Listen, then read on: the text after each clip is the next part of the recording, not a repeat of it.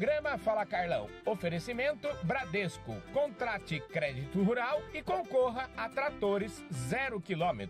Olá pessoal, esse é mais um Fala Carlão direto aqui da COP27, Sharm El Sheikh do Egito. Vocês estão acompanhando a nossa cobertura total. O pessoal do Brasil veio em peso, o caso aqui agora do Antônio Carlos Costa, que eu conheci lá no COSAG, mas hoje ele é o superintendente, um dos superintendentes lá da Fiesp, cuida de agronegócios, cuida de comércio exterior e cuida também de desenvolvimento sustentável. Se eu não errei, eu vou pedir para você corrigir tudo que eu falei aqui e mandar bala, viu, Antônio Carlos? Obrigado. Obrigado você, muito bacana essa oportunidade de estar falando contigo, e é isso mesmo, você acertou, são essas três áreas, e são três áreas que têm uma interação muito grande com tudo que está acontecendo aqui essa semana. Pois é, o pessoal lá do Brasil está acompanhando direto o nosso trabalho aqui, a turma tá, ó, eu quero agradecer aqui de público as dezenas de mensagens que eu tenho recebido. Recebi uma agora de manhã aqui do ministro Roberto Rodrigues dizendo que que ele está acompanhando todo o nosso trabalho lá e que a coisa está indo bem, viu? Então eu fiquei muito feliz com isso, viu? Parabéns, Carlão, é para ficar feliz mesmo. De novo, tem muita coisa acontecendo.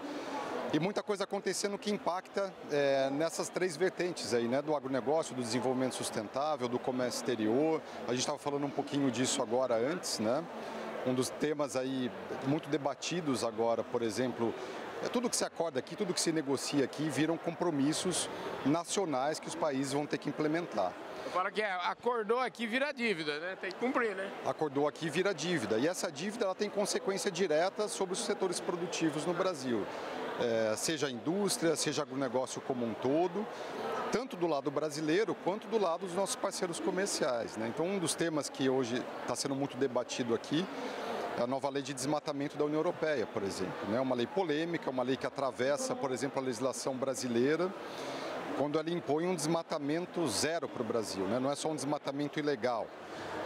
E isso traz consequência direta. A gente, nos nossos cálculos lá na Fiesp, 78% das nossas exportações para a União Europeia, do agronegócio, estão cobertas por essa nova normativa europeia. Tem alguma coisa no mesmo sentido sendo discutido no Congresso dos Estados Unidos. Então, de novo, Carlão, são compromissos internacionais, traçados aqui muitas vezes no âmbito multilateral, com grandes metas, às vezes abstratas, e que nos países ali de origem viram metas concretas e que com potencial impacto nas relações de comércio entre as nações, né? E aqui do meu lado agora eu tenho o Dr. Carlos Nobre, que é uma referência em preservação ambiental, uma referência sobre estudos da Amazônia, e vai dar uma palavrinha conosco. Aqui acabou de sair daqui o presidente Lula e ele falou no seu discurso dizendo que o agronegócio vai ser um parceiro estratégico no seu governo, e aliado a isso também falou da preservação e obviamente da preservação da Amazônia, cobrou os países ricos dos tais 100 bilhões de dólares que vem se falando desde 2009, e eu gostaria de saber do senhor como é que isso tudo se conserta nesse futuro governo Lula. Olha, eu acho que é lógico que o Brasil é o quarto maior produtor de alimentos do mundo, depois de China, Índia, Estados Unidos, e é o segundo maior exportador de alimentos do mundo. Portanto, logicamente, a produção de alimentos do Brasil é muito importante para a segurança alimentar. Não há dúvida sobre isso. E o presidente Lula também falou o número que todos nós conhecemos, que no governo dele o desmatamento reduziu, depois do governo Dilma, até 2012 reduziu 83%, e naquele período a produção agrícola cresceu 75%, inclusive da pecuária. Sim. Em outras palavras, não há nenhuma necessidade de continuar desmatando. Nós temos que aumentar a produtividade da agricultura brasileira, uma das mais importantes do mundo. E também, eu tenho certeza que no governo Lula, o Brasil, o setor do agronegócio, vai começar a implantar muito mais rapidamente a chamada agricultura regenerativa. A agricultura regenerativa é o modelo de agricultura para combater a emergência climática. Por quê? A agricultura regenerativa, você tem pouca emissão de gases de efeito estufa. Sim. E, inclusive, a Embrapa já desenvolveu sistemas de produção de carne chamado carne carbono zero. Sim. E aí você tem mesmo que o boi arrote metano, você aumenta o processamento da gramínea, da pastagem, e ela vai absorvendo, o solo vai absorvendo carbono, você equilibra. Então, isso tudo, a ciência, a tecnologia brasileira, não é importada, a brasileira já tem. Agora, eu espero que no governo Lula isso comece a atingir uma escala maior.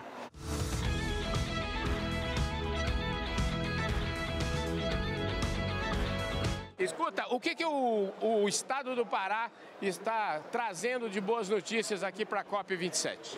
Nós temos discutido um modelo que concilie o combate às ilegalidades ambientais, mas principalmente poder tratar do desenvolvimento sustentável, que possamos fortalecer a atividade do agro sustentável, a mineração sustentável e a floresta em pé como um novo ativo econômico para que nós possamos fazer com que o produtor rural possa ter na floresta em pé uma oportunidade de associação das rendas e da sua atividade na propriedade rural. Somado a isso também a bioeconomia como um novo modelo econômico de desenvolvimento sustentável, para que nós possamos conciliar com a nossa responsabilidade, com a agenda climática, com o combate às ilegalidades ambientais, mas acima de tudo que nós possamos ter um modelo que traga emprego, renda para as pessoas que moram na Amazônia. Olha, o senhor é governador recém-reeleito e eu acho até que deve ser o governador mais bem avaliado do Brasil. Me conte um pouquinho quais foram os motivos pelos quais o senhor teve essa votação. A capacidade de conciliar os diferentes, de poder ouvir um Estado que é um Estado enorme, um Estado que tem o tamanho territorial de Portugal, Espanha e França juntos. Um Estado heterogêneo, que tem realidades muito próprias e que exige do governo, além de presença, mas exige a capacidade de entender as diferenças de cada região e governar respeitando essas diferenças e buscando a pacificação em torno de uma agenda que seja para um Estado melhor e mais desenvolvido. E, claro, a generosidade da população de ter reconhecido o trabalho que nós executamos. A gente tem um programa que é focado no agronegócio brasileiro, tanto que eu começo o meu programa dizendo que é na prateleira de cima do agronegócio. E eu conheço o Pará, eu tive alguns anos da minha vida, eu fui ao Pará pelo menos uma vez por ano, lá no mês de outubro, sempre ia lá para o leilão do Evandro Mutran e tal, e ficava lá vários e vários dias, aprendi a admirar o Pará é uma potência. Que notícias o senhor pode dar para o agronegócio? E aproveitar, quero mandar um abraço ao meu amigo Mauricinho Fraga, que é uma pessoa que mora no meu coração, e dizer também que eu conheci o governador num desses leilões, ainda quando você talvez nem sonhava em ser governador, né?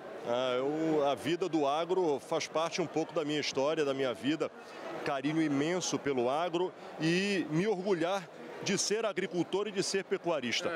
E mandar um abraço também para o Maurício, o homem da indústria da carne paraense, da Acripará, e reafirmar a vocação do agro no nosso estado. O Pará hoje já é o quarto maior rebanho bovino do Brasil, o maior rebanho bobalino do nosso país.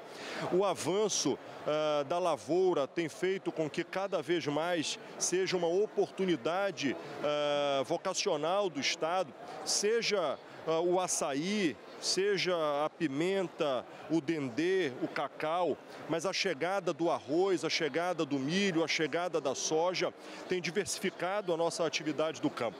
O que é fundamental é que nós possamos aproveitar da qualidade climática, da qualidade do nosso solo, para construir uma política sustentável, em que garanta a segurança jurídica com regularização das propriedades para dar título definitivo, mas ao mesmo tempo também regularização ambiental. É garantir direitos, cobrar deveres e conciliar. Conciliar para que nós possamos ter um agro cada vez mais pujante e que o agro não seja visto como conflituoso com a responsabilidade com o meio ambiente. Governador, eu quero agradecer imensamente o seu tempo, sua presença aqui no nosso programa. Muito obrigado, viu? Obrigado, Carlão. Obrigado pela oportunidade. Nós estamos aqui, uma comitiva de Mato Grossense, setor produtivo, algumas instituições, representando representando o nosso estado nesta que é a maior conferência sobre o clima no planeta.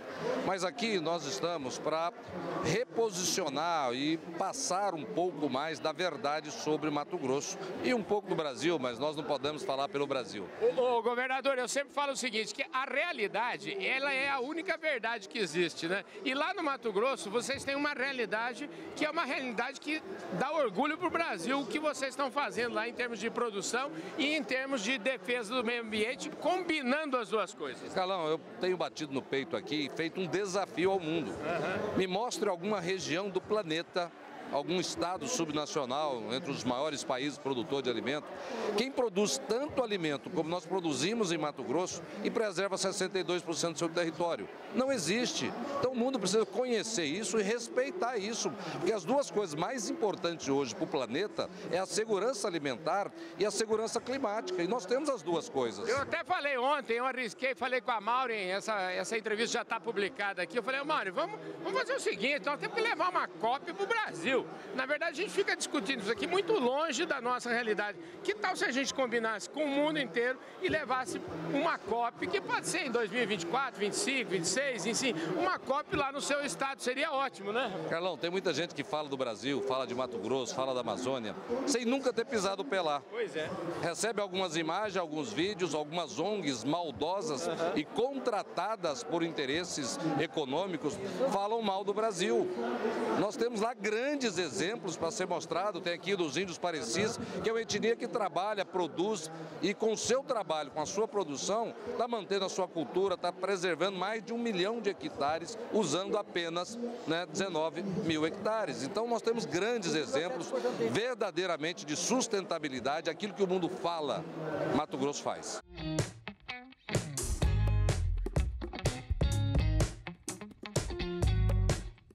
Exclusivo aqui no Fala Carlão, melhor impossível. Pedro, obrigado pela sua presença aqui, viu? Carlão, eu que agradeço e que honra, né, encontrar você aqui no Egito, né? Foi chique.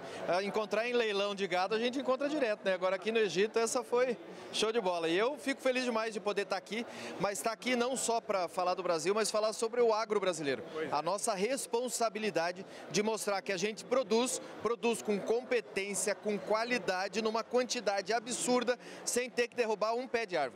Ou seja, a responsabilidade da gente produzir com tecnologia em cada vez maior índice de produtividade e em menos área de produção. Isso faz com que a gente seja, né, a linha de ponta aí do mundo sobre aliar a ecologia, o meio ambiente, a diversidade ambiental, socioambiental com a produção de alimentos. Pois é, nesse quesito, o Brasil tem muito o que mostrar. Essa COP aqui, viu, Pedro, está sendo chamada de COP da implementação. Porque existe, você sabe, né, um blá blá blá danado, muita gente fala, as últimas COPs falaram e nada tem acontecido. Mas parece que dessa vez o trem vai. Você acha que vai mesmo, não? Se partir do princípio que a gente estava falando em alguns milhares de bilhões e agora já se fala para 2030 em 1 trilhão, é pesado, né? Eu acho difícil.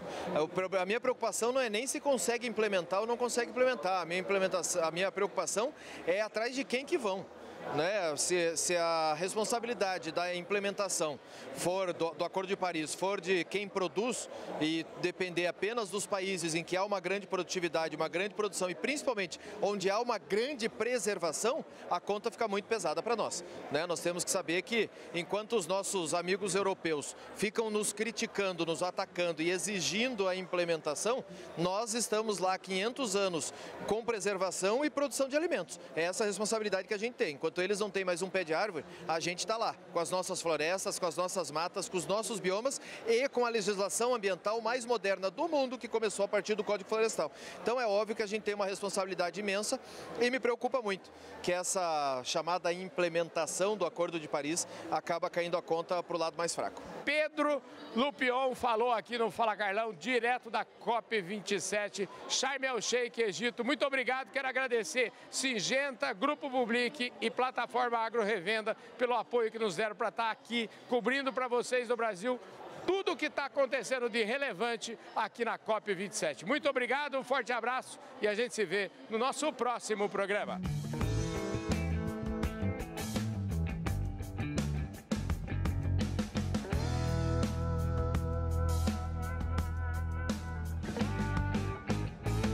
Programa Fala Carlão. Oferecimento Bradesco. Contrate crédito rural e concorra a tratores 0 km.